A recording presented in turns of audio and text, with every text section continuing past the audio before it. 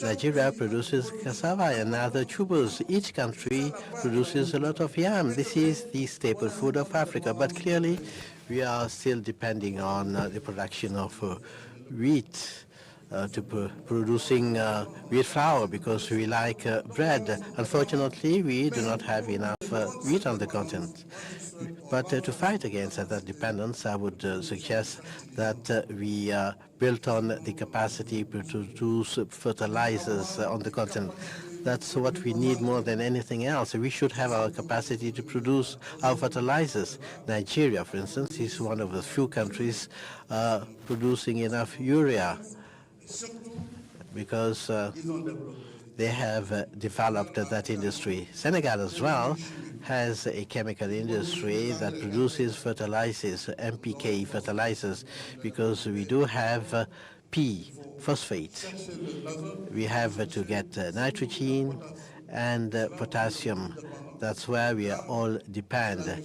K is coming from Russia, Canada, very few countries that have mines of potassium. If you help us turn Africa into something resilient to produce fertilizers, we would necessarily be more resilient food-wise and agriculture-wise. And of course, there's something that is of the essence, controlling water resources, controlling land resources. That's something that we experience in all our countries. But what we really need is proper inputs, good quality seeds, fertilizers. We need to control our water resources because we have 60% of arable land across the world. We shouldn't be talking about famine in Africa. We need that the food crisis is one of our priorities. And this indeed recalls how important food self-sufficiency is for our countries. In addition to that, we have to keep investing more and better in human capital through these overarching pillars: education, vocational training, but particularly health. We need more schools. We need more vocational centers, more universities and health facilities in order to build up a productive human capital that would be more resilient. By the same token, it's needed to support the emergence of a national private sector that would be sustainable, particularly the culture of entrepreneurship through innovating funding resources. In Senegal, for instance, we have a board for rapid entrepreneurship for women and youth, which is a single window system to promote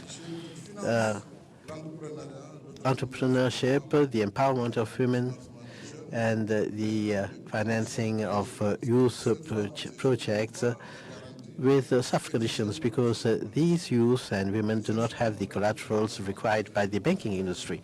This is a pattern that we can share. It works quite well, but it needs resources. We need to set up private sector promotion windows of IDA to support this innovating type of mechanism. That would be a good way to contribute to fighting social inequalities, supporting women, and supporting the youth that are creative, ambitious, determined, but just like I told you, they cannot access mainstream banking networks. Now, support to the energy transition. This remains a priority for our countries. We are happy to see that we are more reasonable about it, and in line with the Paris Agreement on climate, our countries are committed in implementing policies of energy mix that would match our development priorities. We wanted to keep investing in sources of energy with a low carbon emission that applies to gas. We need to participate to the global effort to control global warming in line with the feeling of differentiated and common responsibility that we have in respect of gas emission. I'm not going to take you back to everything that we said in respect of the International Energy Agency, which in its report has shown that even if Africa would leverage for 30 years all its gas, more than 5,000 billion cubic meters, the emissions that would come out of that consumption over a period of 30 years wouldn't be more than additional 0.5%. So in total, the CO2 emission rate would be 3.5. So Africa is not the continent that pollutes most. But we need to commend the positive developments seen in the partner institutions and countries when it comes to funding gas projects. We are happy to introduce our project, gas to power project, to change all our fuel power stations into gas power stations in order to bring down the level of emissions and cut down the cost of electricity in our countries. Dear colleagues, I've been long. I'm sorry about that. What I'm trying to say is that in coping with our emergencies and priorities, the maximum use of IDA funding is something real. We need budget arrangements that would be relevant in our countries for economic recovery and resilience policies.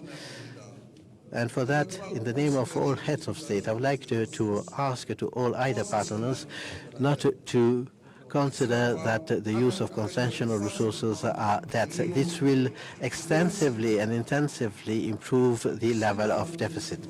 If in our deficit we do not compute IDA concessional resources over a period of 30, 50 years, we will definitely release a space that will be used to resource agriculture health. That issue also of ratio calculation of the budget deficit be revisited to have more space, because we do not have budget space. Even if you give us the resources, we will be told that we cannot absorb it because our deficit is to the tune of 4%, 5% in Africa. Well, in Africa, if we do not have a 5% deficit, how are we going to manage? Or shall we ask the state to do everything everywhere? So we have to initiate these reforms. I'm not even talking about security here. A country such as Nigeria has been coping with Nigeria for the past 10 years. How many billions have been used to control Boko Haram and terror?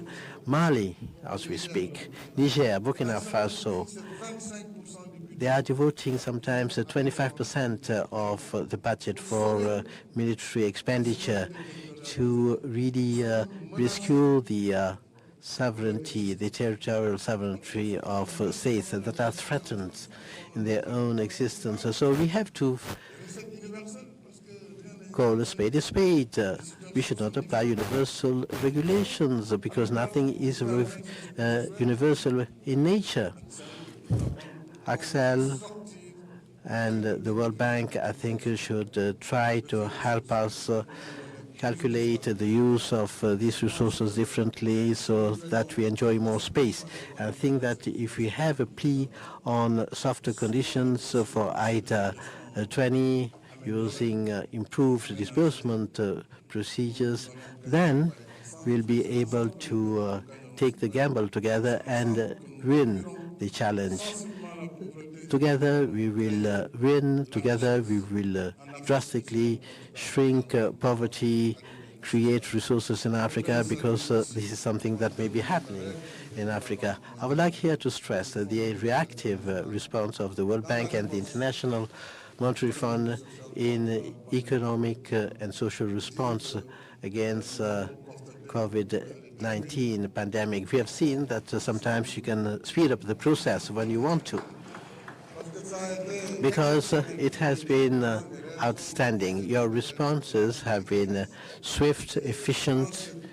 So in this two-tier kind of crisis, we would like you to continue with this pace, keep up with this pace. And as you said, if we have more teams on the continent that have the necessary authority for non-objection, then we will gain in time and efficiency. And I would like to play here so that the World Bank works more with us to increase the volume of disbursements, which is fairly low compared to commitment. That would be a very strong move in this period of deep crisis, whether it's economic and financial.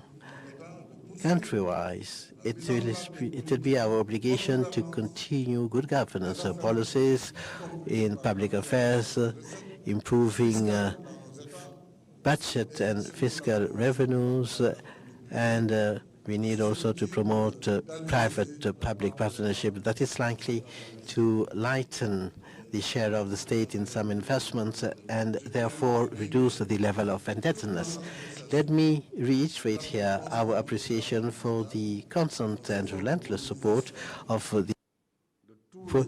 our bring together d'offrir à nos populations de meilleures conditions de vie. Et c'est la finalité même de l'IDA, et c'est la raison d'être de ce sommet dont je déclare maintenant ouvert les travaux, et je vous remercie de votre aimable attention. That's the reason why we have this summit conference that I declare open. Thank you very much.